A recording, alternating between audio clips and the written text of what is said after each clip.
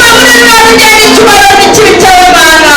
Urakoze rero kuri kumwe natwe, urakoze kurabana natwe, kandi Mana nakwirinda kugira ngo izina ryawe rishyirwe hejuru. Ngaho rero kandi imitima yacu kandi ugiye kumva no kumvira no kugukurikira mu izina ryawe Yesu Kristo tuzajya twizera. Urakoze. Amen. Amen.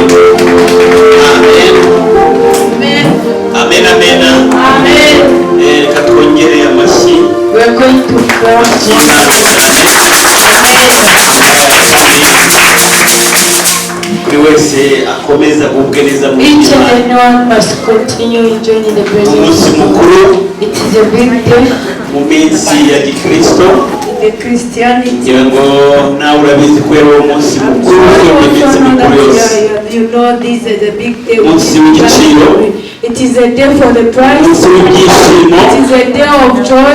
abantu benshi baranezerewe People are happy kubera uyu munsi. because of today. umunsi wa Pasika ushobora kuba uti Pasika ni iki? You can ask yourself what is. Pasika ni Pasika nyine nk'uko ubyumva, It is Pascha just like. ariko akaba ari umunsi mukuru This is a big day. usumba iminsi yose tunyuramo.